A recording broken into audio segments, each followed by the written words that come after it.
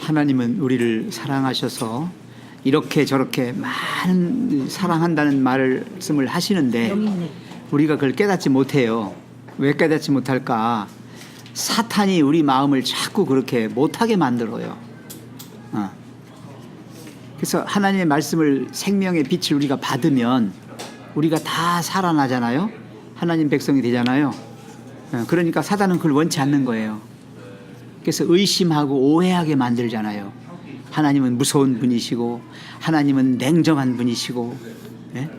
하나님은 그저 우리가 조금만 잘못하면 그냥 그걸 책망하시는 그런 분으로 잘못 인식하게 만들어요. 그래서 하나님께서 이제 더 이상 내가 이렇게 저렇게 해도 안 믿고 안 받아들이니까 누가 직접 오셔요? 예수님. 예, 하나님이 직접 오셔요. 인간이 되셔서 오셔요. 그분이 예수님이셔요. 이제 예수님이 오신 거예요. 그 예수님이 하나님이셔요. 예, 하나님이 인성을 입으시고 육신으로 나타나셨다. 이게 복음이에요. 예, 그래서 나와 함께 살고 함께 행하시도록 그렇게 오신 겁니다. 자, 그걸 이제 여기 읽습니다. 자, 어디 보시냐면 18쪽. 작은 책으로는 작은 책 몇 개냐? 예수께서 위선과 불신을 바로 고위에, 바로 고위까지. 어디 여기 어디? 지금 이렇게 해봐. 어디인가? 이거 표현된 하나님의 사랑. 그 바로 앞쪽이에요. 앞에. 이 앞에. 여기 작은 책은 15페이지 15페이지 중간 여기. 예수께서는 자, 위선과 예수께서는 불신과 죄를 네. 15페이지 중간. 이 집사님 책이 없으시죠? 아, 책 저기 네, 예. 있을 거예요. 다 갖고 나와.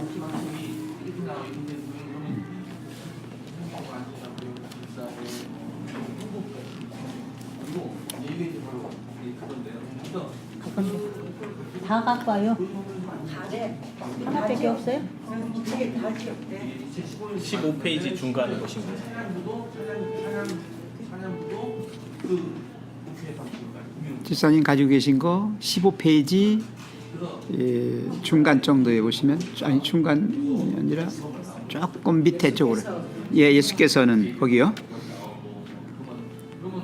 그래서 예수님은 바로 다름 아닌 나타나신 하나님. 누구에게 나타났어요? 우리들에게, 사람들에게 나타나셨어요. 그래서 하나님이 너희를 정말 이렇게 사랑하신다는 걸 보여주신 거예요. 예수님을 통해서 보여주신 거예요. 그래서 예수님은 어떻게 하셨다고 쭉 나오면서 이제 이번에 오늘부터 예수께서는 거기서부터 좀 읽어주시겠어요? 유 집사님 좀 읽어주세요. 예수께서는 의선과 불신과 죄를 꾸짖으셨다. 그러나 성품이 그분의 음성에 숨어 있었다. 예수께서는 사랑하는 성을 바라보며 눈물을 흘리셨다. 예루살렘이 그분이 길이요 진리요 생명으로 받아들이지 않을 것이기 때문이었다. 그 백성들은 그들의 구두를 배반하였지만 주님은 그들을 따뜻한 동력심으로 대하셨다. 네, 거기까지. 자, 누구를 책망하고 징계할 때 사람들은 흔히 자기는 의롭고 그 사람은 불의하다고 생각을 해서 비난하고 정죄하잖아요. 그래서 음성이 높아지고 힘이 주어지고 그렇죠. 근데 사실은 책망은 그렇게 하면 안 되거든요. 징계는 그렇게 하면 안 돼요. 어저께도 제가 설교를 드렸잖아요. 선으로 악을 이기게 하라. 그죠? 인내와 관용으로 오히려 그 사람을 부끄럽게 만들어서 그 사람으로 하여금 회개하고 나올 수 있도록 그렇게 해야 되는데, 이 책망한답시고 더 그냥 이렇게 지적질을 해가지고 사람 부하만 나게 만들어서 더 멀리 가게 도망가게 만들어 놓잖아요. 근데 예수님은 여기 뭐라 했어요? 위선과 불신과 죄를 꾸짖으시기는 꾸짖으셨지만 썩나서 그랬어요? 아니죠? 슬픔이 그분의 음성에 스며 있었다. 엄마가 무서운 거는 엄마가 독해서 무서운 거 아니에요. 애기들이 엄마 말씀 잘 들어요. 왜 그래요? 엄마의 그 따뜻한, 연약한 이 어떤 그런 걸 애들이 느낄 때 더 따라요. 애들이 더 말 잘 들어요. 너희는 독하게 막 하면 튀어요, 튀어. 더 안 들어요. 예, 예수님도 마찬가지예요. 사랑으로 이렇게 위선과 불신과 죄를 꾸짖으시긴 하지만 그거는 꾸짖음으로 끝나는 게 아니라 그 속에 그분의 동정심이 우리를 향하신 사랑이 들어있어서 오히려 눈물로 호소하신다고 그럴까요? 애소하시는 거예요. 예수께서는 사랑하는 성을 바라보며 예루살렘 성을 쳐다보니까 너무나 멋진데 이 성이 조금 후면 어떻게 돼요? 다 무너져 없어져요. 멸망당해요. 너무 안타까운 거야. 그래서 바라보며 눈물을 흘리셨다. 예루살렘이 그분을 예수님을 길이요 진리요 생명으로 받아들여야 되는데 받아들이지 않을 것이기 때문에 그래서 이 성이 멸망당하는 걸 보면서 예수님은 우셨어요. 우셨어. 그렇지. 기가 막힌 거예요. 저 찬란한 성이 무너진다는 얘기는 그 속에 있는 인간들도 다 멸망당한다는 얘기 아니겠어요? 그 백성들은 그들의 구주를 배반하였지만 주님은 그들을 따뜻한 동정심으로 대하셨다. 그래서요, 우리가 하나님에 대해서 생각할 때 하나님은 절대로 우리를 그냥 책망만 하시는 분이 아니다라는 거예요. 찔림을 받긴 받아요. 우리가 찔림을 받잖아요. 근데 그 찔림을 받은 그 찔림 속에는 하나님의 그 따뜻한 손길이 같이 있다는 것을 기억하셔야 돼요. 그래서 하나님을 원망하고 불평하고 하시지 마시고, 나에게 이런 경고, 마음의 양심의 소리를 듣게 해주신 것은 바로 나를 새로운 사람으로 만드시려는 하나님의 사랑의 표현이구나. 어떤 사람들은 양심의 가책을 느끼면 저 하나님으로부터 도망가요. 또 이렇게 교회에 나오셔가지고도 목사님 설교가 오늘 나한테 한 소리라고 막 기분 나빠가지고 막 집에 가신다고 막 그런 분들도 있어요. 내가 아니라 사람에 대해서 하는구나 그렇게 생각하는데 그런 사람 있나 보죠. 그래서 왜 이렇게 그냥 일찍 가십니까? 이렇게 오늘 목사님 설교가 다 나한테 그렇게 이제 그러나 하나님은 눈물 어린 그 마음의 슬픔을 가지고 예루살렘 성을 바라보시며 우셨다. 그때 하신 말씀 있죠? 암탉이 그 새끼를 품음같이 내가 너희를 품으려 한 적이 몇 번이다냐? 얼마나 많았느냐? 근데 너희들이 내게로 오지 아니하였다. 오히려 나를 멀리하고 도망갔다. 슬픈 일이죠. 조금 더 읽어주세요. 예수께서는 자기를 기쁘게 하는 삶을 살지 않으셨다. 오히려 다른 사람들을 깊이 배려하고 보살피셨다. 모든 사람이 그분의 눈에 기중하였다. 그분은 하나님 가족의 모든 일원을 따뜻한 내적으로 바라보셨다. 그분은 그들 모두를 구원받아야 할 사람들로 보셨다. 아멘.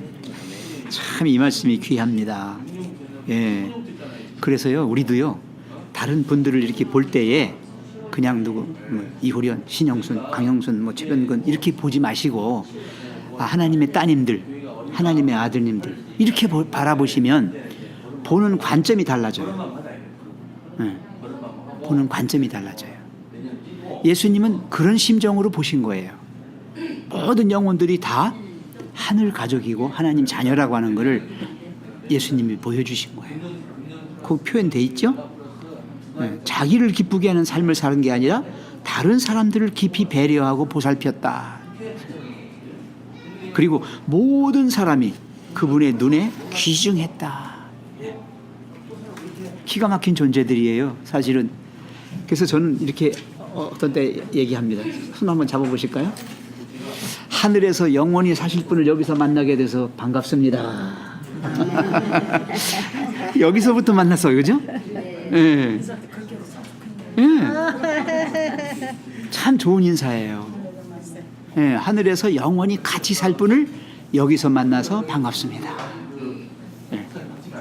그러니 우리가 여기 사는 동안에 얼마나 서로 사랑하고 서로 이뻐하고 서로 이렇게 끌어안고 가셔야 돼요.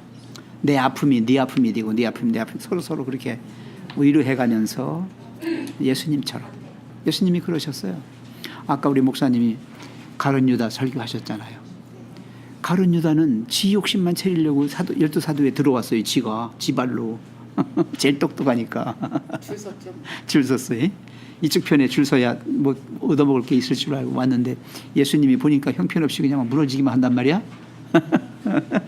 내가 생각하는 예수님이 아니란 말이에요. 그러니까 더 그걸 촉진시키려고 돈에 팔아버렸잖아요. 그러면 예수님이, 제가 속된 말로 얘기하는데 화딱지가 나서라도 예수님이 그래 하면서 탁 하실 줄 알았는데 안 하잖아요. 끝까지. 그러니까 이거 내가 죄를 졌다. 난 늦게 후회했지만 그건 후회예요. 회개가 아니에요. 예, 후회와 회개는 달라요. 후회는 죄의 결과에 대해서 슬퍼하면서 애통해하는 게 후회예요. 예, 그러나 회개는 죄의 결과가 아니라 그 죄됨을 마음으로부터 후회하면서 예수님께 대하여, 하나님께 대하여 미안함을 갖는 게 회개예요. 대상이 다르고 동기가 달라요. 그죠? 대부분 사람들은 뭐예요? 뭔가 놓친 거에 대한, 못한 거에 대한 그 후회만 남지 회개는 잘 안 해. 진정한 회개는 내가 하나님께 대하여 죄송한 거예요. 내가 지은 죄의 결과가 중요한 게 아니고. 그래서 예수님은 모든 사람들을 다 구원받아야 할 사람들로 보셨다. 이거 아주 중요합니다.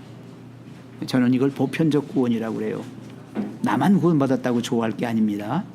내 사랑하는 남편, 내 사랑하는 부모, 내 사랑하는 자녀, 내 사랑하는 이웃, 친구들, 그런 사람들도 다 구원받을 사람들이에요. 다. 그러니까 불쌍히 여기시고 그분들을 사랑으로 자꾸 보살피셔야 돼요.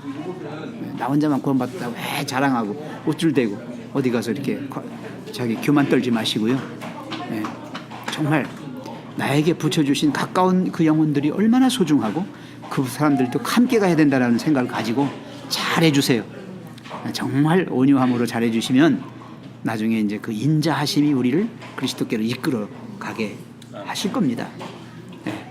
내가 하는 게 아니에요. 하나님이 해주실 거니까 믿고 가세요. 그렇게 내가 죽은 다음이라도 하니까. 자, 표현된 하나님의 사랑, 우리 이효련 집사님께서 그거 좀 읽어주시겠어요?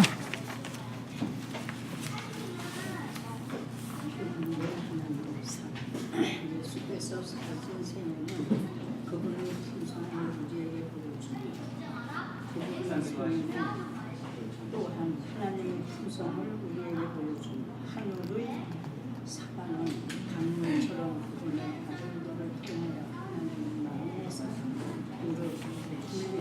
우리에게로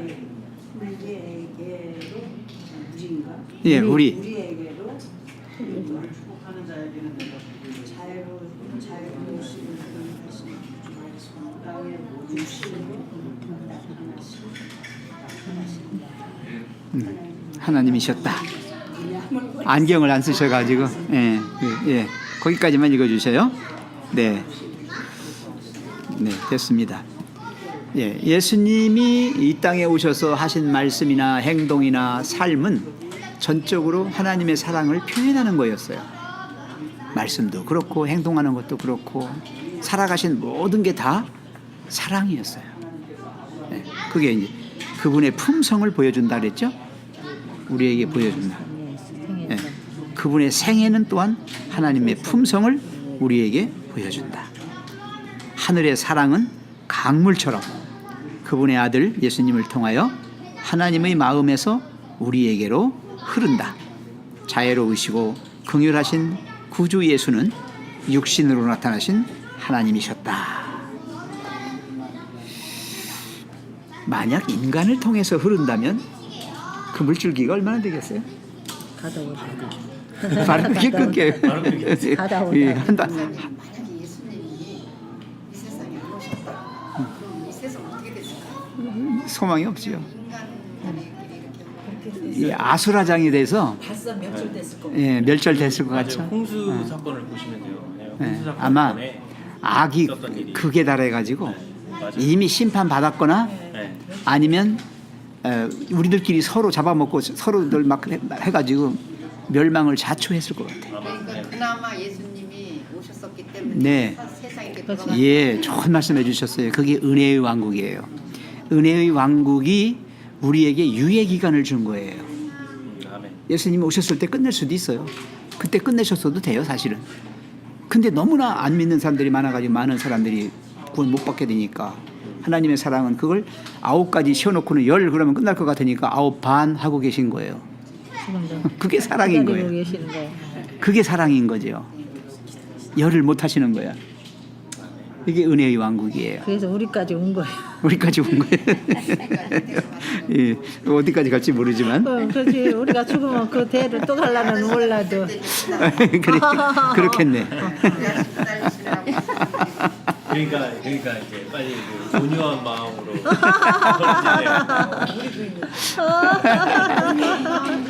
했는데도 아내 말을 움직이지도 않네. 그게 이제 오늘 키워드가 그거예요. 내가 온유한 마음을 내가 하려고 하고 있는 거냐, 받아서 온 그 온유한 마음인지 내가 하려고 하는 온유한 마음인지를 구분을 해야 되는 거예요. 근데 먼저 안양으로다가 그 병원에 그때 갔을 때 아저씨는 이미 한 3분의 1은 막 계시는 열려 있었고. 아멘. 제가 보니까는요 그 기도를 하고 끝났나 이렇게 했는데 좀 눈물이 조금 있었어요. 그러시더라고요. 그래서 제가 이들 만화님으로 해서 많이 지금 접하고 그게요. 아마 이게 제가 근래에 그게 있더라고요. 그러니까 나 자신을 하나님께 온전히 바치면 그 내게 올 축복 중에 하나가 뭐냐면 내 가족의 구원을 받는다라는 그게 있어요. 그러니까 무슨 얘기냐면 내가 집사람을 위해서 막 내가 하려고 이렇게 할 필요 없이 다 내려놓고 나부터 먼저 예수님 앞에 온전해지게 먼저 나를 바치면 그 결과로서 아내가 그 빛을 받고 변화된다는 거예요. 아, 이게 신기한 거예요. 그래서 요즘에 막 그 성령님의 복을 받고 있어요. 집사람이 많이 바뀌었어요. 많이 바뀌었어요. 아멘. 바뀌었기 때문에 아멘. 뛰는 거요. 그러니까 그래서 제가 이제는 자신 있게 얘기할 수 있는 게 뭐냐, 나부터 바뀌어. 얼굴이 너무 좋아지고 부드러워지고 나도 한참 얼마 전에 기도하고 엄마도 겁났을 거야. 엄마도 겁나셨을 거예요. 예. 그럼요 아들도 그때 저기 서울에 그 교회 보러 거기 갔을 때요 의정부 갔을 때 그때도 오고 가면서 뒤에서 그냥 혼자 감속으로 맨날 기도하면서 왔다 갔다 한 거예요. 그리고 집에서도 했지만 계속 좀 힘든 일이 있어갖고 계속 기도를 했더니 한 하루 이틀인가 갔다 와서 하루 이틀 후에인가 언제가 저기 내 문자를 보냈더니 많이 좋아졌다고 이렇게 문자가 왔어요. 이렇게 하고 좀 쟤도 좀 나중에 전화를 오고 해서 아이고 많이 좋아졌는데 내가 기도에 하나님이 들어주셨구나 해서 눈물이 나서 혼났다는 거예요. 아멘. 뜨거워서. 맞아요. 그래서 어머니의 눈물 어린 기도는 진짜 위대한 거예요. 그래서 진짜 그걸 느꼈어요. 어머님의 그 눈물, 좀 기도, 마음속의 기도, 그 기도는 그래서 이렇게 가만히 제가 기도할 때 보면은 진심으로 일어나는 기도를 할 때 이 책을 볼 때도요 진심으로 감동을 받고 해달라고 하면 몇 번 진짜로 막 눈물이 막 나는 거예요. 책을 보다가 그 감동을 받고 이게 아니 엄마가 되게 지금 엄청 바뀐 게 뭐냐면 아니 너는 어떻게 책을 보다가 이렇게 눈물이 나냐? 이게 엄마가 하고 있지. 네, 그 얘기 한 지가 몇 개월 안 됐어요. 근데 지금 본인이 그러고 계세요. 그래. 아유 감동이 오고 그 진짜 이 기도가 진심이 안 될 때는 그런 적이 없고요. 진심으로 우러나오게 하면은 진짜로 감동이 나고 눈물이 나고 그걸 몇 번 느끼니까 찬송가 부를 때도 한 번, 두 번 딱 그렇게 좀 눈물이 막 지혈로 울게 되는 거야. 찬송가 했는데 더 그렇게 한 적이 있어요. 근데 참 그거 보니까요 진짜 하나님의 하시구나 하는 게 느껴지고 진짜 어저께는 진짜 너무 기뻤어요. 아멘. 네, 진짜. 진짜 마음이 정말이에요. 마음이 이런 말씀만 들어도 우리가 마음이 얼마나 지금 행복해지는데.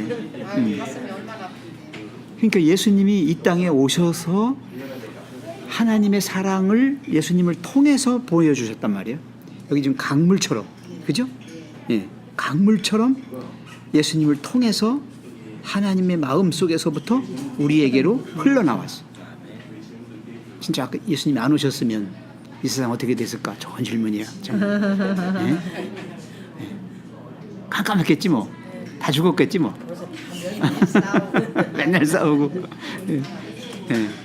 근데 예수님 오셔서 그때로부터 2000년이 흐른 지금까지도 이 정도로 살고 있는 거는 다 하나님의 은혜로 지금 우리가 은혜의 왕국 속에 있다.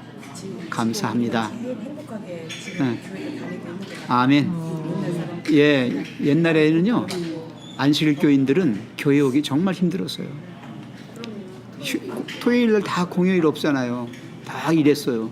오히려 토요일 날 더 많은 걸 했어요. 행사도 다 토요일. 지금은 토요일 휴무잖아요. 자기가 하고 싶으면 얼마든지 할 수 있잖아요. 예. 이런 얼마나 좋은 시대인지 몰라요. 그다음에 신 집사님이 예수께서는 거기서부터 해주세요. 어디서요? 예수께서는 표현된 하나님의 사랑 거기 아까 이효련 집사 읽으신 데서부터 그다음 네네 예수께서는 우리를 구원하시기 위하여 이 땅에 사셨고 고난 당하셨으며 돌아가셨다. 그분께서 강림을 많이 겪은 자가 되심으로 우리는 영원한 기쁨을 함께 나눌 수 있게 되었다. 하나님께서는 사랑하는 아들을 하늘의 영광에서 떠나 죄로 망가진 이 세상에 가도록 하셨다. 하나님께서는 죽음의 그늘로 어두워진 이 세상에 예수를 보내셨다. 그분은 귀한 아들, 그분이 품에서 그리고 천사들이 경배에서 떠나게 하셨다. 그분은 예수로 하여금 수치와 증오와 죽음의 고통을 당하게 하셨다.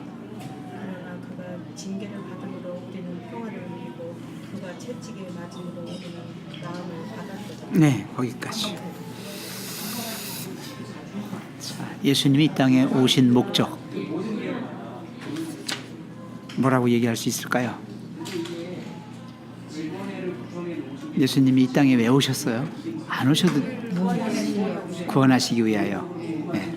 영원한 기쁨을 함께 나누기 위해 영원한 기쁨을 함께 나누기 위하여. 네, 다 정답입니다. 또 하나님의 사랑을 나타내시기 위해서 하나님은 이런 분이다 하는 걸 보여주시려고. 그래서 그분이 이 땅에 오시고 사시고 고난당하시고 돌아가셨어요. 예, 그게 다 누구 때문에요? 우리 때문에, 우리를 위해서, 나 때문에. 그런 생각 들어요, 유 집사님 정말로? 예, 그리스도인이라면 정말 이게 다 나 때문이라고 하는 거예요. 그래서 한때 천주교에서는요, 내 탓이요, 내 탓이요, 내 탓이요 이런 운동이 있었어요.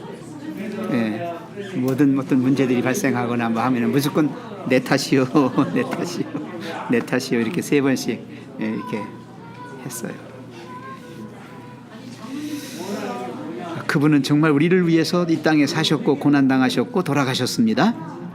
간고를 많이 겪은 자가 되심으로 우리는 영원한 기쁨을 함께 나눌 수 있게 되었다. 이 간고가 뭔지 아시죠? 아주 어려운 고난들, 그 간고예요. 갓난고초를 겪었다고 하지요? 그게 간고입니다. 갓난고초가 간고예요. 예수님이 얼마나 정말 창피를 당하셨나요? 이 땅에 오셨을 때 헤롯 왕이 예수님 죽이려고 2살 이하 된 애들을 싹 죽여라 그랬죠.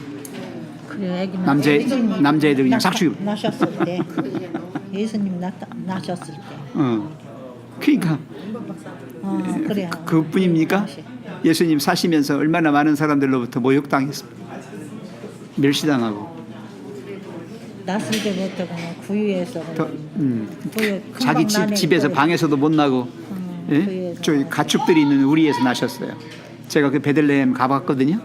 그분이 태어났다고 하는 곳에 갔는데 뭐 우리나라처럼 마구간이 아니에요. 이런 외양간이 아닙니다.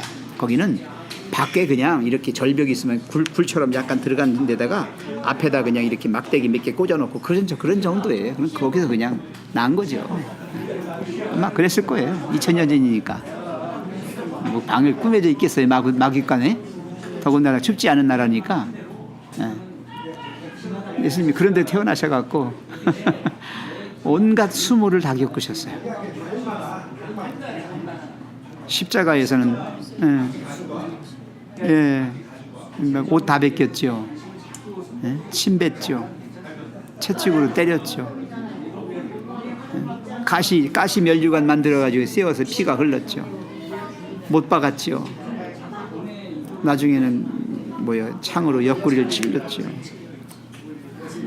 온갖 그 정말 수모를 어려움을 다 겪으신 거예요. 근데 저는 좀 그 부분이 우리가 대부분 보면 십자가로 가는 그 고통을 많이 바라보시는데 우리가 조금 더 깊게 생각을 해보면 베드로가 그 실수해서 넘어지고 또는 해서는 안 될 말들을 하면서 우리가 보지 못하는 그 영적인 세계에서의 수치감을 참는 거를 한번 생각해 볼 필요도 있을 것 같아요. 왜 그러냐면 예를 들면 예수님께서 분명히 나는 죽어서 들려서 십자가에 이런 식으로 돌아가셔야 된다라는 거를 제자들한테 이미 말을 했음에도 이 베드로는 그리하지 마옵소서 하면서 대번 이제 예수님을 만류하려고 한단 말이에요. 근데 그 사상 자체가 이 세상에서 왕이 되셔야 되는 분이 자꾸 죽는다고 하니까 그렇게 하면 안 된다고 이제 베드로는 그런 식으로 자기 열성으로 이렇게 접근을 했는데 그때 베드로는 이미 사단의 정신에서 이제 그 얘기를 했단 말이에요. 근데 이거를 우리 사람들의 입장이 아니라 하늘 천사들과 이 사단의 영적인 세계에서 한번 생각을 해보면 되게 예수님이 모멸감을 많이 느끼셨을 부분인 거예요. 왜 그러냐면 이 세상에 오셔갖고 12제자를 취하셨고 그들과 거의 지금 3년 가까이 예수님의 이적이랑 이런 걸 많이 보면서 이 제자들이 마음이 바뀌고 많이 훈련이 바뀌었어야 되는데 더군다나 그 제자 중에서 가장 열성적으로 그렇게 따른다고 한 그 베드로가 그 사단의 정신에 휩싸여가지고 예수님의 그 이 행하시는 말을 전혀 깨닫지도 못하고 그런 상태로 그렇게 하셨을 때 예수님은 우리를 향해서는 되게 안타깝고 좀 더 이렇게 빨리 깨우쳤으면 하는 그런 마음도 있었고 여러 가지 긍휼하신 그런 마음들이 있었을 건데 사단은 그걸 분명히 비난했을 거라고 그 상황에서 예수님 보세요 당신이 이 땅에 오셔서 3년 동안 아무리 노력한들 뭐합니까 이 제자 보세요. 그러니까 우리가 성경에서 읽지 못한 또 다른 그런 부분도 있지 않았을까라는 생각이 드는 거예요. 십자가의 고난의 길 그거 하면 보통은 다 육신적인 고통 이런 것만 생각을 하시는데 저는 그런 부분이 좀 생각이 지금 드는 거예요. 그래 맞아요. 이제 뭐냐면 육적인 고통이나 박해는 참을만 해요. 그건 못 들은 척하고, 그렇죠? 내 마음에서부터 그냥 이렇게 그걸 참아낼 수 있어요. 육적인 거는. 더 큰 고통은 영적인 고통이에요. 아까 얘기한 대로 3년 반 동안 부지런히 가르쳐 놨더니 애들이 하는 소리가 하나님의 뜻을 오히려 반대로 가라는 거예요. 그죠? 죽어야만 되는 나를 죽지 말라고 하니까 이건 완전히 사단이죠. 그죠? 그뿐입니까? 더한 고통이 있었죠. 예수님은. 자기가 십자가에 달려 돌아가시는 그 십자가에 달렸을 순간에 그 밑에 있는 사람들이 다 예수님을 정죄하면서 죽여라 막 그럴 때 예수님이 심장이 어떻게 됐어요? 터져버려요. 그 영적 고통은 말도 할 수 없는 거예요. 내가 구원해야 할, 내가 살려야 할 이 사람들이 오히려 나를 어떻게? 오히려 나를 그냥 그런 배반이죠. 사랑의 배반. 사랑으로 예수님이 껴안으려고 했는데 이 껴안겨서 살아야 할 놈들이 이 짓하고 있으니 죽이라고 오히려.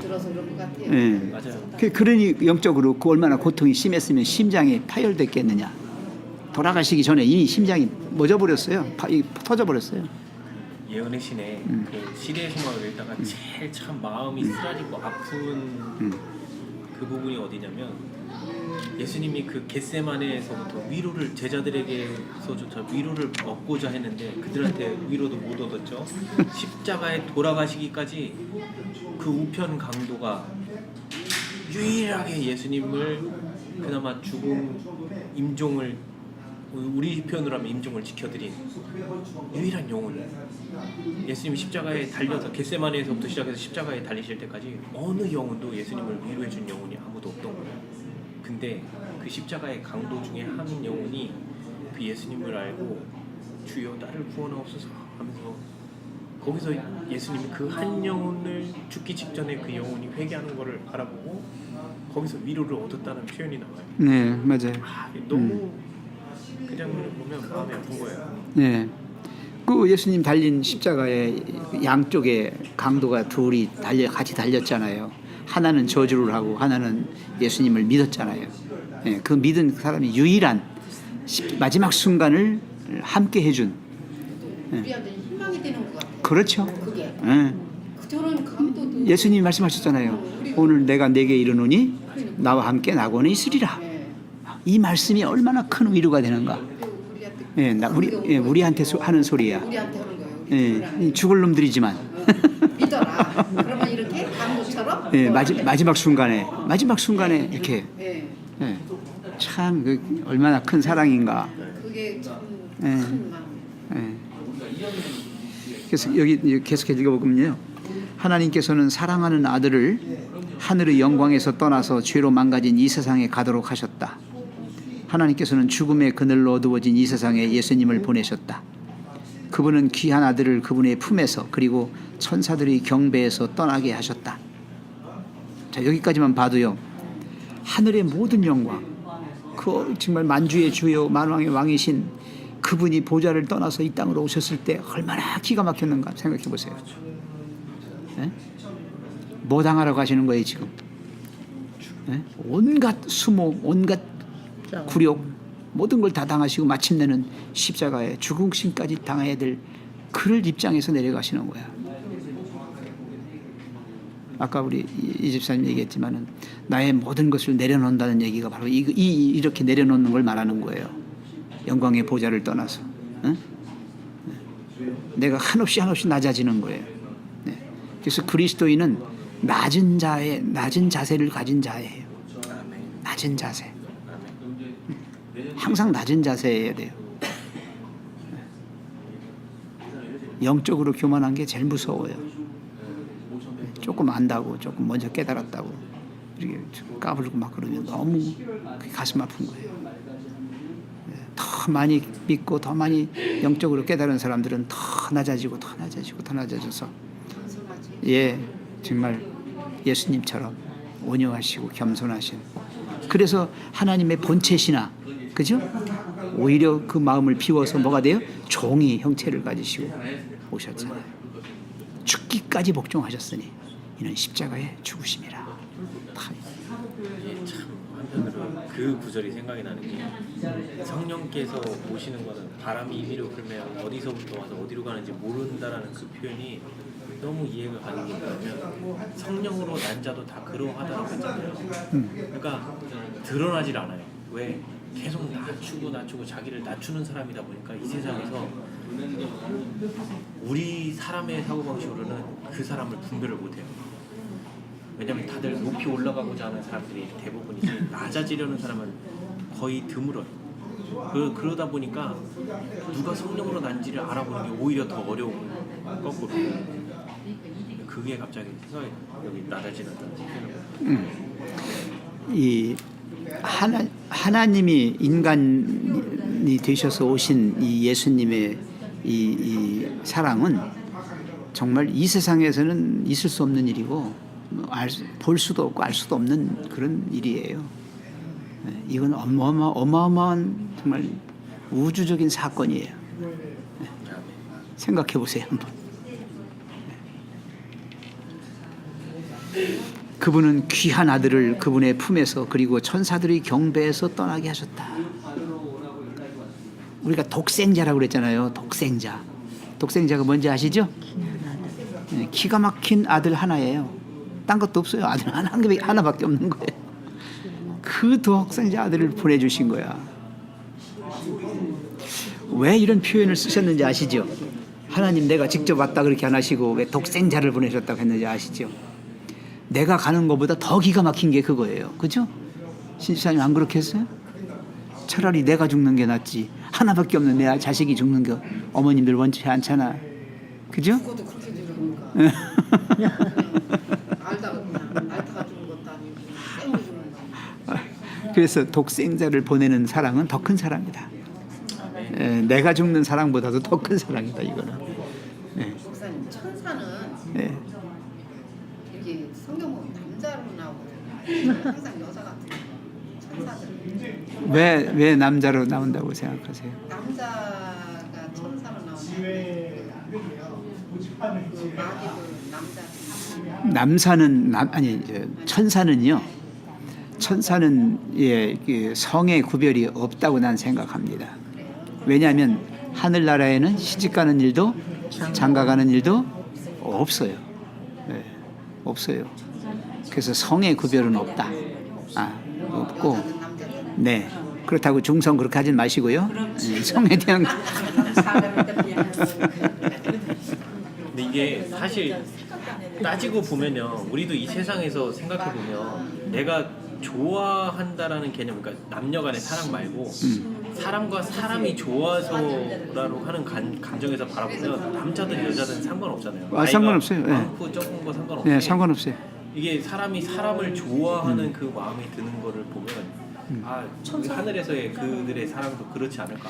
그러니까 맞아요. 성별이 필요하지 않을까. 그래서 이제 그리스도인의 사랑은 우리가 항상 얘기하잖아요. 아가페의 사랑이지, 예? 필로스나 아니 필리아나 에로스의 사랑이 아니에요. 이 에로스는 남녀간의 사랑 그런 거잖아요. 필리아는 이렇게 친구간의 사랑이고 아가페는 정말 하나님의 사랑이에요. 그래서 그리스도인은 지금 우리 집사 얘기한 대로 성을 초월한 사랑입니다. 민족을 초월하고 인종을 초월하고 성을 초월한 거예요. 그러니까 우리가 남녀간에도 얼마든지 아가페의 사랑으로 사랑할 수 있는 거예요. 그걸 나쁘다고 하시면 안 돼요. 우리가 육적인 관점에서 필리아나 에로스로 보니까 나쁘게 여기는 거지, 정말 순수한 사랑을 하게 되면요, 그것처럼 고상한 게 없어요. 그 뛰어넘는 거예요. 세대를 초월하는 거예요. 깐난 애기에서 또 뭐 할머니 할아버지하고 사랑하는 게 어때서? 너무 기가 막힌 사랑이죠. 우리가 그런 정도까지 이렇게 되어져야 정말 그리스도인이에요. 여기 그분은 귀한 아들을 그분의 품에서 그리고 천사들의 경배에서 떠나게 하셨다. 그분은 예수로 하여금 수치와 증오와 죽음의 고통을 당하게 하셨다. 내어준 바 되셨다고 그랬어요. 그죠? 그러나 그가 징계를 받음으로 우리가 어떻게 됐고? 평화를 누리게 됐고, 그가 채찍에 맞음으로 우리가 어떻게 됐고? 나음을 입었다. 상처가 나았어요. 죽게 된 상처가 나았어요. 그러니 예수님의 그 징계당하시고 예수님의 그 아픔이 다 누구 때문이야? 나 때문에. 자, 우리 세 번만 칩시다. 나 때문에. 정말 그렇습니다. 그래서 예수님의 어떠하심이 자기 가슴 속으로 들어와 있어야 돼요. 아, 그래, 하나님이 그렇게 나를 사랑하시는 걸, 그래, 모든 게 다 그래, 나 때문이야. 자, 그 다음에 광야의 예수를 보라. 우리 강영순 집사님. 광야의 예수를 보라. 겟세마네 동산의 예수를 보라. 십자가의 예수를 보라. 완전하신 하나님의 아들이 죄의 짐을 몸소 지셨다. 하나님과 함께하신 예수께서 죄가 만든 하나님과 인간 사이에 무서운 분리를 느끼셨다. 그로 인해 예수의 입술에서는 고통의 부르짖음이 나오지 않을 수 없었다. 나의 하나님, 나의 하나님, 어찌하여 나를 버리시나이까. 그분의 심장을 찔러놓은 것은 가로난 죄의 무거운 하나님으로부터 죄인을 분리시키는 무서운 죄의 권세였다. 네, 네. 광야의 예수, 침례 받으시고 사단의 시험을 받으시러 광야로 가셨죠? 거기서 40일 동안을 굶주리셨다고 그랬어요. 우리 인간 사회에서 40일 금식해 보신 적 있나요? 저는 36일을 금식하신 분을, 아니 제가 했다는 얘기가 아니에요. 제 주위에 그런 분을 만나봤어요. 그분은 이제 불교 신자신데 도를 닦기 위해서 그렇게 하셨어요. 근데 몸무게가 반도 더 줄었어요. 반도.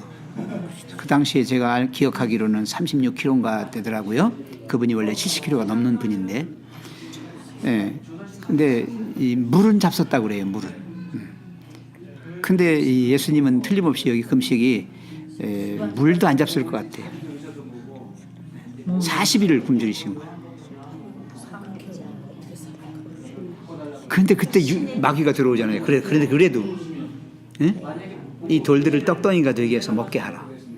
먹어라. 예수님 식은 죽 먹기죠. 그거 가지고. 그죠? 돌 떡덩이 만드는 거 예수님은 얼마든지 할 수 있어요. 근데 안 하시죠. 왜? 사람이 떡으로만 사는 게 아니라 하나님의 말씀으로 살아야 돼요. 나는 그 떡보다 더 중요한 하나님의 말씀의 사람임을 이야기하고 있어요. 그리고 또 시험하잖아요. 그죠? 뛰어내려라. 에? 그죠? 그러면 너를 경배하는 모든 천사들이 너를 받들어 안 다치게 해줄 거다. 그럼 네가 하나님 아들인 걸 증명하는 거 아니냐? 그죠? 안 하시잖아요. 나에게만 경배하라. 내가 이 천하 만국을 다 주겠다. 아무리 유혹해도 안 넘어가시잖아요. 말이 그렇지. 조영수 집사님 40일간 굶겨놓으면 무슨 짓은 못하겠어? 40일은 못 사고 하루만 굶어도 눈들이 두 끼만 굶어 먹어서 인간의 힘으로는 없을 거고 다 영의 역사가 다 있었겠지요. 예. 예수님은 또 예수님만이 가지고 계신 능력이 있겠죠. 예. 우리도 정말 믿음 안에서 그렇게 하면은 거기에 버금가는 정도에 할 수 있다고 저는 생각합니다. 믿음으로 네. 금식하면 견딜 수 있다. 저 원주 중앙교회 옛날에 두 번째 목사님이 20일을 금식을 했는데 강정민 목사. 예, 잘합니다. 강정민 목사님. 목사님이 아주 네. 이만했는데 체구가 아주 거구죠, 거구. 예, 진짜 거인이 남쪽 분식을 고향. 네. 그렇게 20일을 금식하시는데 그 사모님이 참 엄청 기도도 많이 하셨겠지만 옆에서 보조를 잘 하신 것 같아요. 그런데 아주 요만한 반쪽에 주셨더니 지금 또 다시 커지셨대요. 예. 저도 최근에 만났어요. 예. 그죠. 물만 먹고 금식하셨겠지. 이 광야의 예수님 그 고생 안 해도 되는데 고생하는 그 예수님 그게 다 우리 때문에. 왜냐하면 이런 엄청난 어려움 속에서도 시험을 이겨낼 수 있다는 걸 우리에게 보여주시는 거예요. 예. 우리는 그런 시험 없잖아요. 그보다 더한 시험이 있어요? 기껏 굶어봐야 열을 뭐 15일밖에 더 되겠어요. 난 3일 굶는 것도 3일만 굶으면 그 다음에는 좀 일주일은 갈 수 있어. 저는 일주일 해봤어요. 저는 결혼하기 전에 제가 정치한다고 이제 꿈을 가지고 일주일을 했습니다. 왜 일주일 했냐? 내가 정치 운동을 하다가 감옥에 가면 감옥에서 단식 투쟁하겠다고 지금부터 연습한다고. 그러면서 일주일을 굶었는데 아까 이 집사님 얘기대로 3일까지가 참기가 제일 힘들어. 3일 딱 넘어가니까 이제는 덤덤하면서 눈도 다시 밝아져. 3일째 되니까 가물가물하면서 눈이 흐려지더라고요. 근데 한 4일째 되니까 담담해지면서 눈도 다시 사사로 밝아지고 5일째 되니까 정신은 약간 멍한 것 같은데 그래도 몸이 가벼워. 굉장히 가벼워요. 그리고 6일, 7일 이렇게 되니까 그때는 이제 어느 정도 비몽사몽간인 것 같으면서도 그냥 그런 대로 제가 활동을 했어요. 네. 그래서 일주일 딱 되는 날 제가 그만 끝쳤습니다. 단식 투쟁을 한번 해본 거예요. 왜냐하면 옛날에는 정치한다고 그러면 감옥에 많이 갔으니까 데모하고 맨날 그러니까 그래서 그런 연습도 한번 해봤는데 참 이 광야에서의 예수님 그리고 또 아까 얘기한 대로 겟세마네에서 마지막 십자가 지시기 직전에 그 위로를 받아보려고 힘을 얻어보려고 제자들 데리고 기도하러 갔는데 이놈의 제자들이 같이 하지도 않고 저희들 잠만 쳐다보고 앉았으니 이 참 예수님 마음에 어떻겠는가. 우리지 뭐. 근데 포도를 밥 하나도 안 먹고 그건 우리 둘이 해본 거예요. 둘이 포도를 얼마 했지요 그때? 한 일주일 했나? 일주일인가 얼마 했어요? 예, 딴 거 하나 안 하고 포도만 먹어서 일주일 살았어요. 물도 안 먹고. 근데 딱 첫날, 둘째 날 이렇게는 별로 그걸 못 느꼈는데 한 3일쯤 지나니까 딱 한 송이씩만 먹었어. 때 이렇게 한 송이 딱. 한때 한 송이. 예. 그랬더니 한 3일 지나니까 배고픈 게가 생기더라. 그런데 그거 한 송이 딱 먹으면 배고픈 거싹 가. 눈이 환해지고 환해져. 포도 한 송이가 그렇게 크고 껍질째 그냥 다. 눈이 환해지고. 그리고 또 지나서 저녁 때 또면 그때 우리 씨도 먹었지 다 먹었지 씨는 그냥 딱딱해서 주로 뱉었어. 주로 씨는. 뱉었나? 예, 예. 하여튼 오래돼서 그래서 일주일을 먹었는데 처음에 할 때는 진짜 아니야 그건 할 수 있어. 한 누구나 좋아요. 다. 포도요법. 속도 귀여고. 네, 돼요. 옹주에서 다 활동했어. 활동 다 했죠 나. 근데 그거 붓기 있을 때 먹을 때 그때가 조금 배고픈 거 느꼈는데 그 딱 한 송이만 먹으면 또 충전이 힘이 확 올라와요. 그래서 아 이렇게 좋은 거구나. 그래서 포도를 해서 속 이게 내장 청소한 거. 왜냐하면 이제 그 노폐물을 빼내는 데는 최고예요. 예, 생포도. 아니 당연한 그지 그런 예, 거 당은 안 돼요. 그게 당 있으신 분들은 저혈당 와가지고 쓰러져요. 안 돼, 안 되고. 아니 젊은 사람이 아니 노인들은 하지 마세요. 노인들 절대 하지 노인들은 마세요. 하지 말아요. 젊은 사람들 얘기해. 아니요. 다른 분들은 아니에요. 여기 이 집사님하고 여기 이렇게 분만 노인이시고 나머지 다 청년들이에요. 전 까난쟁이네요. 좋겠네 깐난쟁이는. 그다음에 십자가의 예수님을 보세요. 아까도 얘기했지만 다 사람들이 전부 다 예수를 죽여라 바라바가 아니라 예수를 죽여라 그러죠. 전부 다 그러죠. 예, 우편 강도만 그 강도만 예수님을 구세주로 믿으면서 최후까지. 예, 죄도 없는 분이 저렇게 예, 고백하잖아요. 자, 완전하신 하나님의 아들이 죄의 짐을 몸소 지셨다. 하나님의 아들이 완전하신 하나님의 아들이 죄의 짐을 몸소 지셨다. 이 말씀.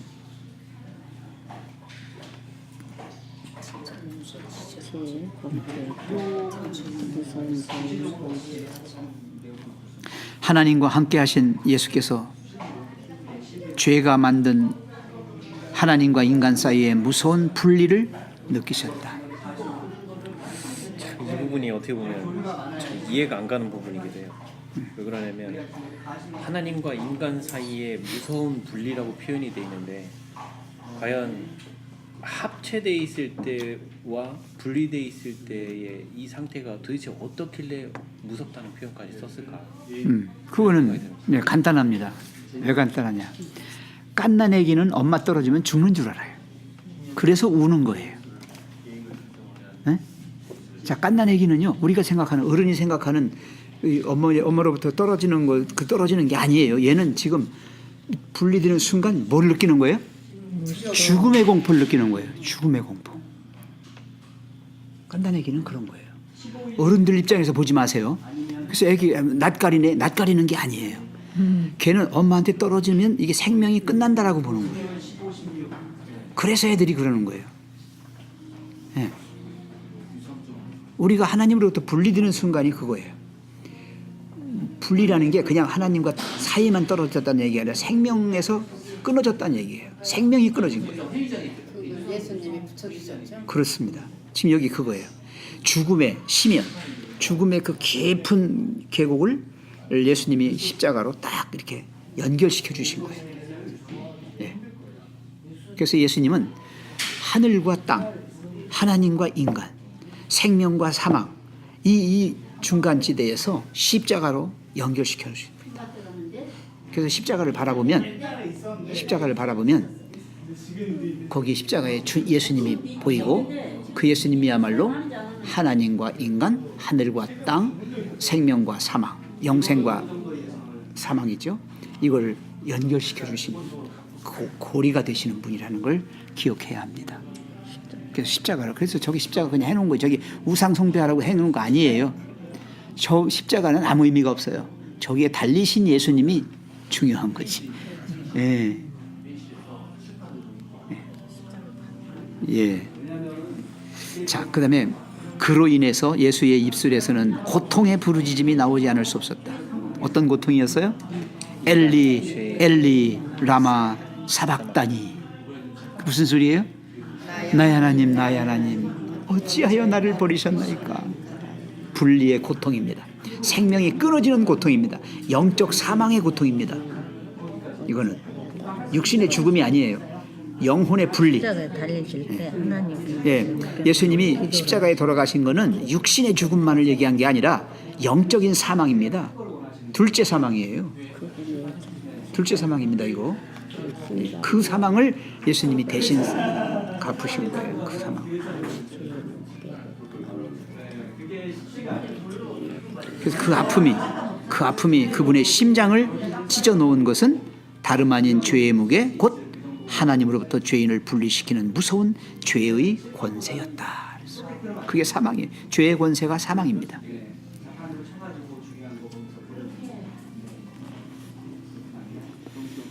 사람이 마지막 숨을 거둘 때 공포가 대단하다고 그래요.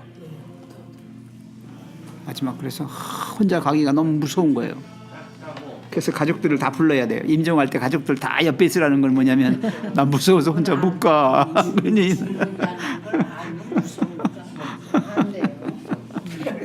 내가 죽는 데는 알겠죠. 근데 죽는다고 아는 것도 그냥 딱 그래서 이렇게 하면 몰라도 어느게 하면 이거 죽는 자다가 죽으면 제일 높을 텐데. 근데 그 자다가도 얼마나 몸부림치다 돌아가시겠어요. 하나님 믿는 백성들은 안 그렇다는 아니 근데 하나님 안 믿던 사람도 자다가 그냥 그런 사람도 있지요. 그럼 그런 사람도 있고. 저는 목회하면서 제일 멋진 임종을 한번 봤어요. 이제 마지막 임종하면은 담임 목사님 부르잖아요. 제가 먼 데까지 갔어요. 고덕이라고 하는 데까지 가가지고 지금도 있질 않아요. 마윤학 장로님이신데 그분이 86세에 돌아가셨습니다. 아, 우리 아버님이 친정 아버님이 지금 돌아가시려고 그래요 하고 우리 마집사님이 전화가 와서 제가 이제 우리 교인들하고 같이 갔어요. 가서 그곳에 가서 막 노래 부르고 기도하고 또 말씀으로 또 위로받고 계속 그렇게 하는 중에 이 마장로님도 같이 노래 불렀어. 마지막 순간까지 같이 노래 부르시다가 웃으시면서 눈을 감고서 빛이 싹 사라지는 거예요. 돌아가시는 거예요. 마지막 순간에 노래하면서 네, 그 마지막 노래가 그 요단강 건너가 만나리에 그걸 불렀어요 우리가. 네. 그러니까 우리 강 집사님 얘기대로 믿음을 가지고 이제 주님을 만날 생각을 하고 눈 감으면 내가 깨면 예수님 만날 거다.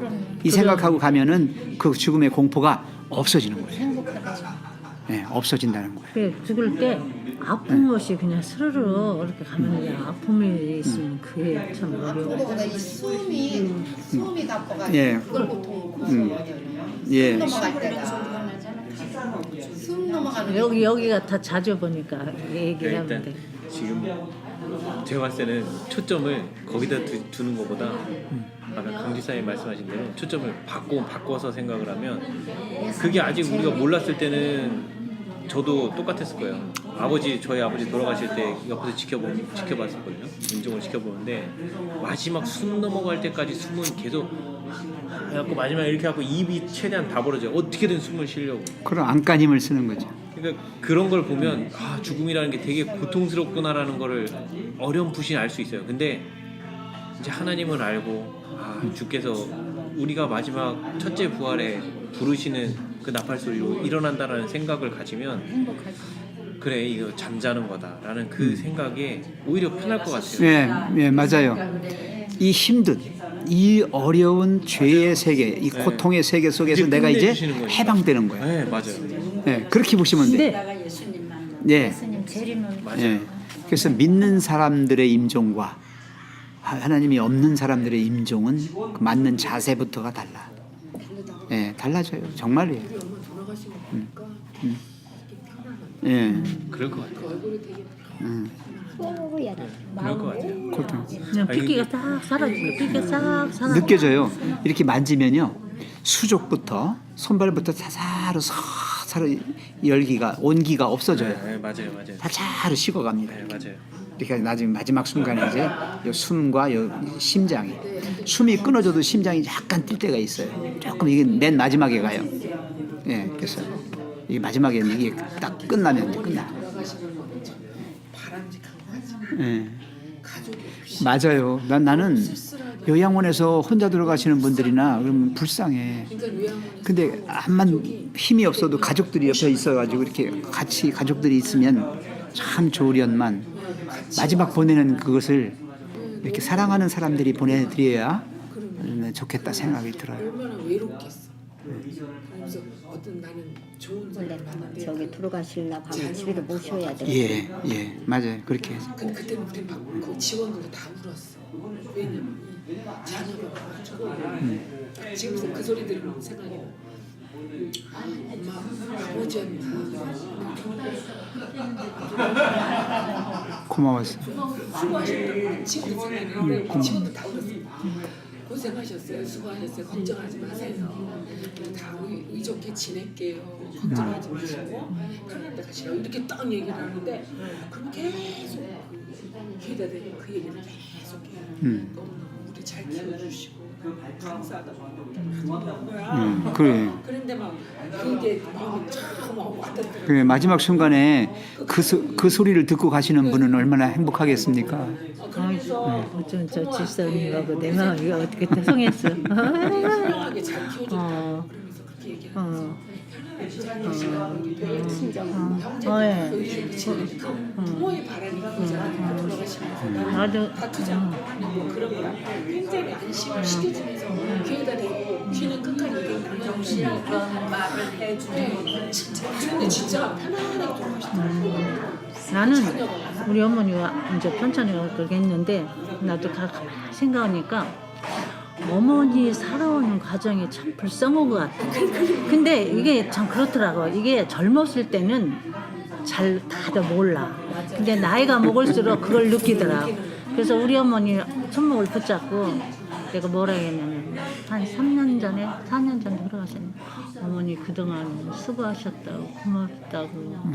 그랬어요. 우리들 딸이 어려운 어머니한테 우리 이렇게 했어요. 오남매를 이렇게 잘 길러줘서 지금 각자 다 그냥 살고 있으니까 어머니 참 그동안 수고하시고 고맙고 감사하다고 편안히 가시라고. 그냥 그 우리 어머니 손을 붙잡고 그렇게 했다 나도 해봐. 근데 나 그때 다른 때는 그런 생각이 안 들었는데 그냥 어머니가 그냥 든든한 뒷목으로 계셨다 생각하는데 막상 보냈을 때 다시금 내 생활을 다 생각하니까 너무 고맙고 감사한 거야. 그래서 내가 잘 가시라고 그러면서 고맙다고 내가 몇 번 고맙다고 그냥 오남매 그냥 그때는 애들 킬 때는 너무 그때 당시는 어려웠잖아 다들. 네, 그랬는데 그래도 그렇게 오남매를 다 키워서 지금 먹고 살게 하고 살 수 있도록 도와주셔서 고맙다고 감사하다고. 근데 내가 그걸 난 지금 가서 어머니가 그렇게 아플 때 하지 말고 어머니가 지금 살아계셨다면 평소에도 좀 평소에 그런 말을 한 번씩 들어주면 좋겠다고. 근데 평소에는 젊은 안 하잖아. 그렇게 안 해. 근데 평소에 한 번씩 어머니 고맙게 살아줘서 고맙다고 감사하다고. 말 한마디 안 했죠. 그때 그러니까 우리들이 철날라고 하면 안 계셔. 다 가신 거야. 철날라고 다 가신 거야. 누구나 다. 그러니까 그런 소리 할래 할 수도 있겠어. 젊어서는 몰랐다가 이게 나이를 먹으면 철이 점점 들잖아.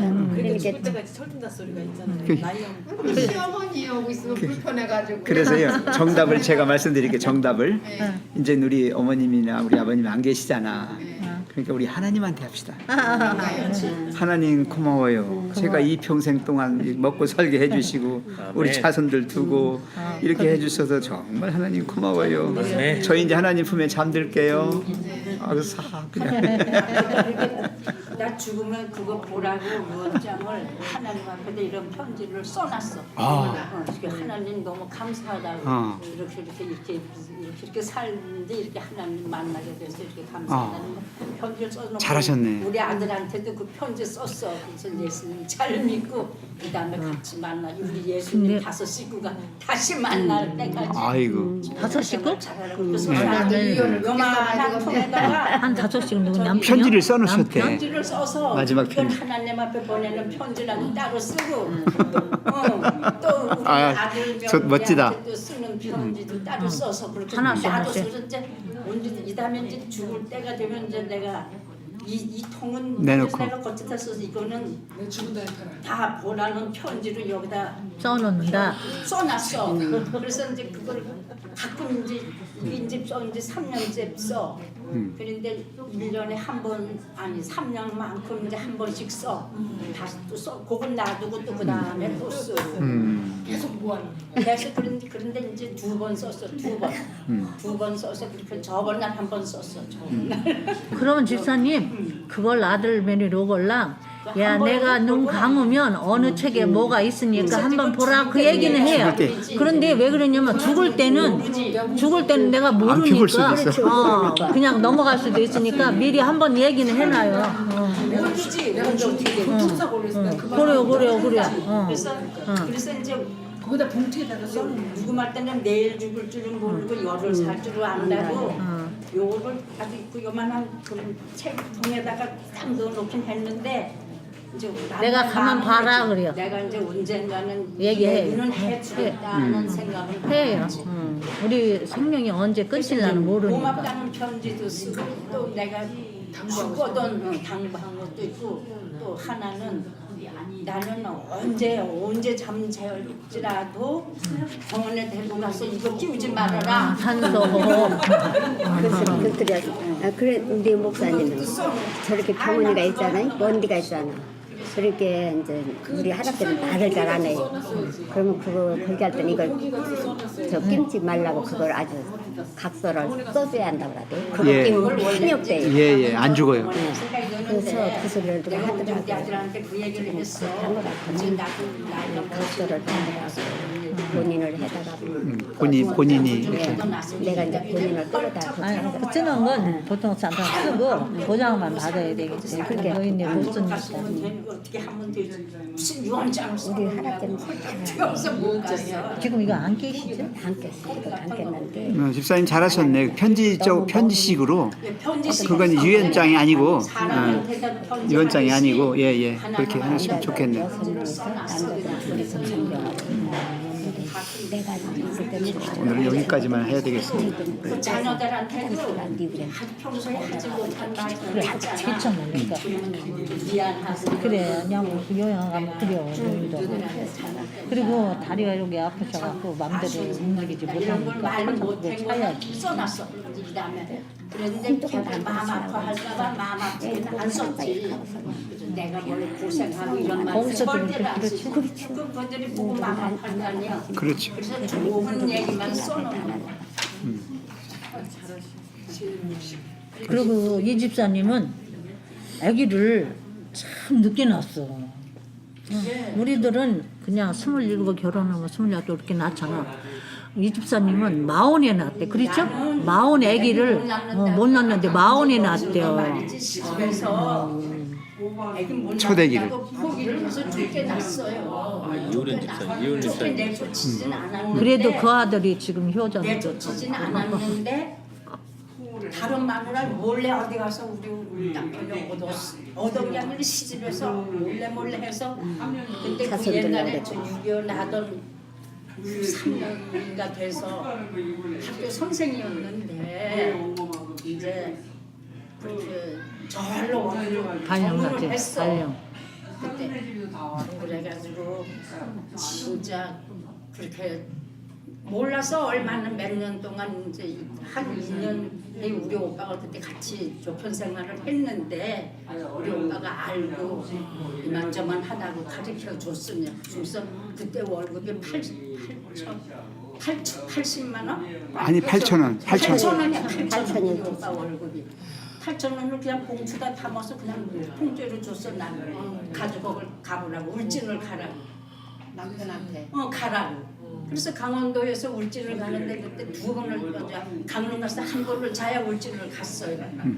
가서 주인 집에 안 찾아가고 학교 교장서 지나는 집에 찾아가니까 그 집이 이상한 말을 하면서 나를 자꾸 이렇게 이상하다는 거야. 세시가 틀리다고. 그러면서 이제 낭중에 얘기를 하는데 단장 달고 사모님인 줄 알았대.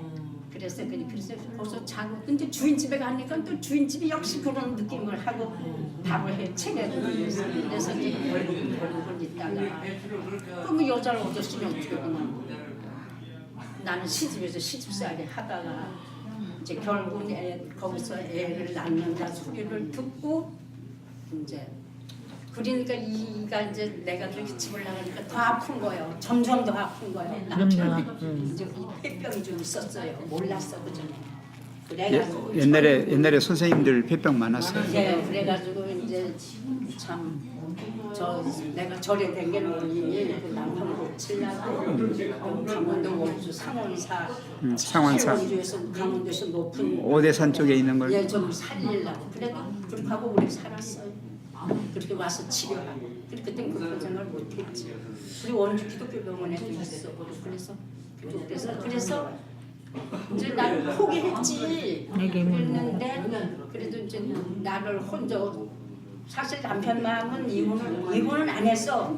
아직까지도 이혼을 안 했어. 그런데 이제 혼자 내 보내니까 마음이 아프니까 병이 더한 거지. 그렇지. 그래가지고 양심이 더 해가지고 그래서 이제 그걸 알고서는 우리 친정에서도 도와주고 시집에서도 그렇게 해가지고는 그래서 난 아주 완전히 포기됐지. 그랬는데 그렇게 남편이 병이 이제 차츰 좋아졌어. 차츰 좋아지고 괜찮아지고 그 일 동안 이제 나는 절에를 이제 그때 같이 열심히 다니고 거기 살기도 하고 그랬는데 어느 날 우리 이제 남편이 이제 고향을 갔다 왔다 이제 이렇게 했는데 내가 좀 이상해서 그때 이제 이제는 남편이 좀 나가는 한복을 뭘 좀 같이 돈을 벌어야 되겠다 하는 생각을 하고 한복을 이제 좀 시작을 하고 그 무렵이야. 그랬는데 생각지도 안 했는데 애기가 들어섰으니까는 몇 년 만입니까 그게? 그러니까 41에 그러니까 30년 20년 넘었지. 26에 시집은 22에 가가지고 22에. 시집은 22에 가가지고 혼자 살다시피 하다가 야중이 이제 절 왔다 갔다 하고 몸이 좀 회복하고 그때 생겼죠. 어쩐지 말 하나에 났어. 20년 됐네. 만 19년. 떨어져 사는 지는 한 30년 된 게 떨어져 살았는데 그래도 20년 만에. 그렇게 됐어. 그랬는데 하여튼 그러니까 원주 시내가 지금도 원주 시내가 다 그렇죠. 우리 아들이 원주 시내에서 아주 다 소문 다 알아.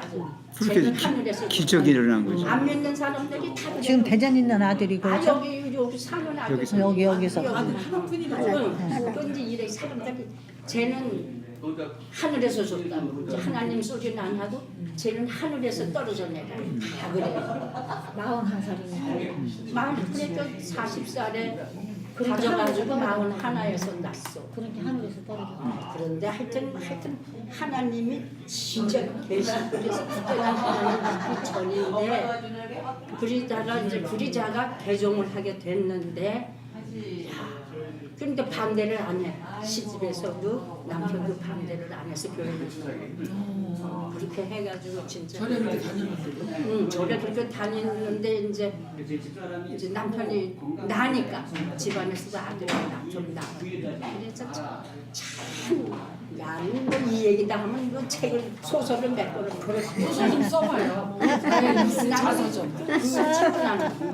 수기를 썼죠. 써서 책을 쓰세요. 지금도 그냥 그 옛날부터 조금씩 써난 게 있는데 피란도 중에 없어진 것도 있고 찢어진 것도 있고 이사 다니는데 부모님을 주셔야지 그 여자는 나갔어요? 저 지금 춘천서 어서 살지 어서 사는데 모르지 이제 애들 낳았어? 하나 있어.